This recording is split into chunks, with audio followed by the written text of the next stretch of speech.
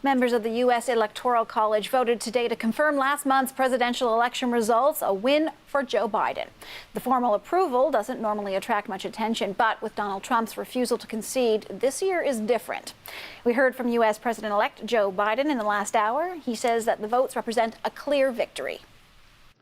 306 electoral votes is the same number of electoral votes that Donald Trump and Vice President Pence received when they won in 2016.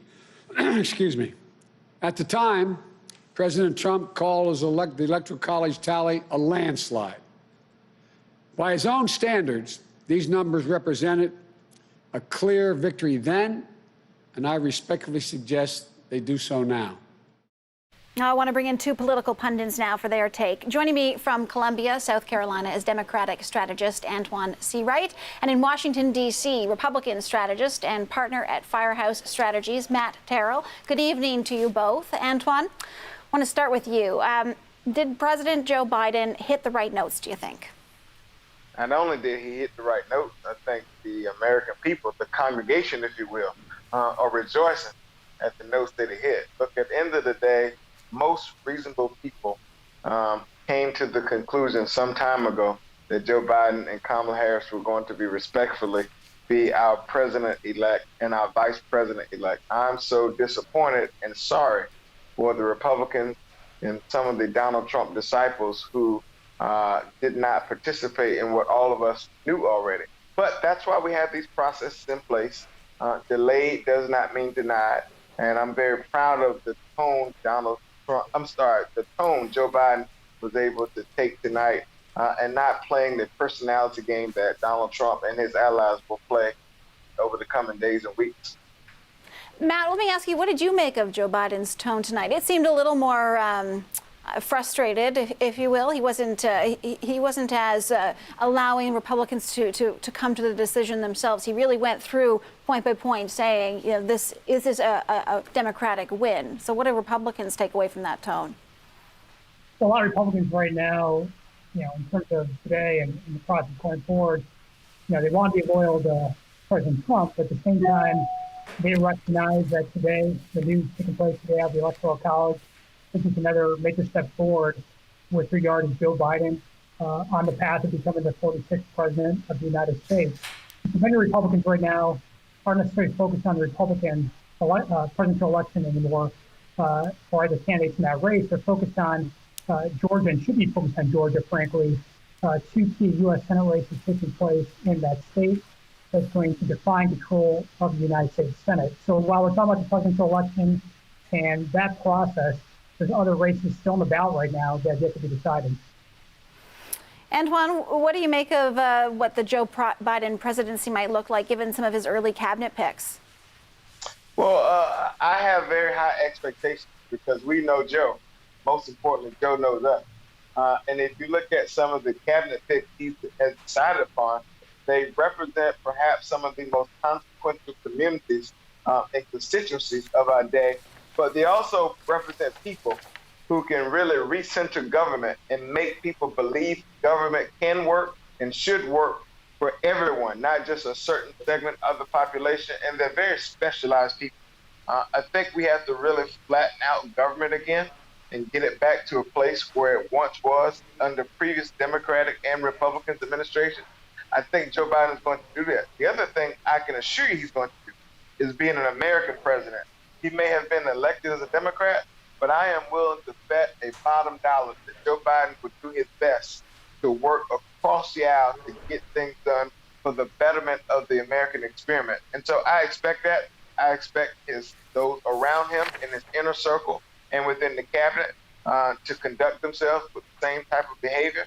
And I expect the American experiment to be alive and well again, something we have not seen for the past 4 years. Matt, what do you make of the picks? We did hear Joe Biden talk about, I don't know if he used the words reaching across the aisle, but feeling like he could work with Republicans on many issues. And based on some of the picks that, of course, still have to go through the Senate, but do you think those cabinet picks are going to work in terms of working with Republicans? Well, I think what you're likely going to see right now of Joe Biden and his team going forward here is first and foremost looking to try and fulfill the things you talked about in the campaign and as unity and unifying the country. And with regard to his cabinet picks, I think what you're likely going to see here with regard to the Biden team is trying to promote a notion of return to normalcy. That's something that they campaigned on. Whether you agree with that message or not, that's a theme that the Biden campaign held strong on during the 2020 electoral process. And then just going forward here in terms of unifying the country, look, we may have a situation here where we have divided government with a Republican-controlled Senate, depending on what happens in Georgia, and a Democrat in the White House. It doesn't mean we have to have a divided country. The country needs to come together and unite. The country is very divided right now.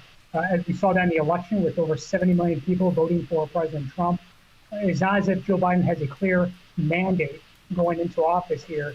There may very well be a divided government, but much of that is determined based on what happens in Georgia. Right now, the Republican Party needs to be focused on Georgia and those two key U.S. Senate races taking place there in order to maintain control of the United States Senate. You're talking about, Matt, I just want to stick with you for a second because you're talking about the need for, a unified country here and that it's been divided for too long. If you do have a divided government and you're starting things off with a current president, Donald Trump, who is not conceding, what kind of message or what footing does that start things off on for Joe Biden? Well, look, for Joe Biden right now, he's going to want to begin his first 100 days in office, which many determine as the most critical first initial days for any president coming into office. He's going to have this clear agenda that he's going to want to promote and clear goals that he's going to want to achieve.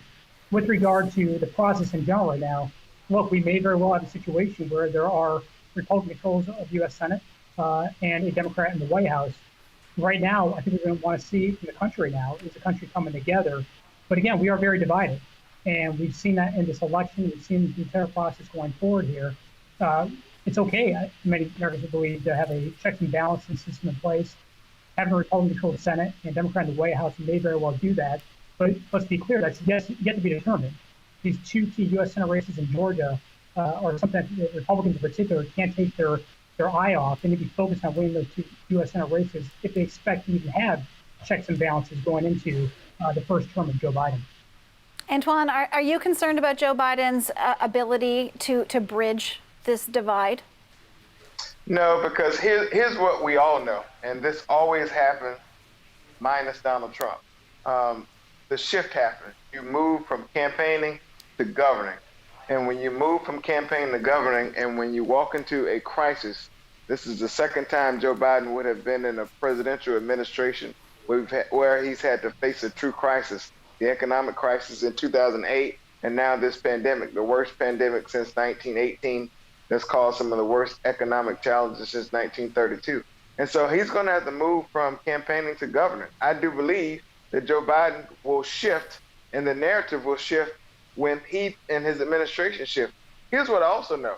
I believe that the issues Joe Biden will deal with in the first 100 days of this administration are issues that Democrats and Republicans, by a margin of 50+% of the country, agree upon that we need to tackle, whether it's climate change, infrastructure, a COVID relief package that will include some direct payments to the American people, infrastructure, education, all those student loans, all those things that people are hungry and thirsty for from a bipartisan perspective.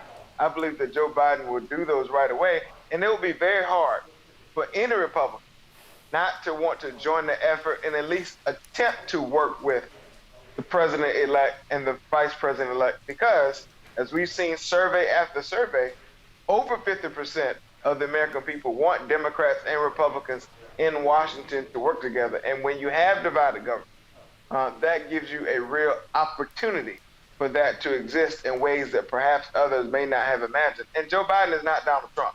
I think you will see a more mature leader in the White House who understands the office and the role of the president. Well, let's hope there is that cooperation on both sides here. Anton C. Wright is a Democratic strategist. Matt Terrell, Republican strategist. Thanks so much for your time tonight. Thank you.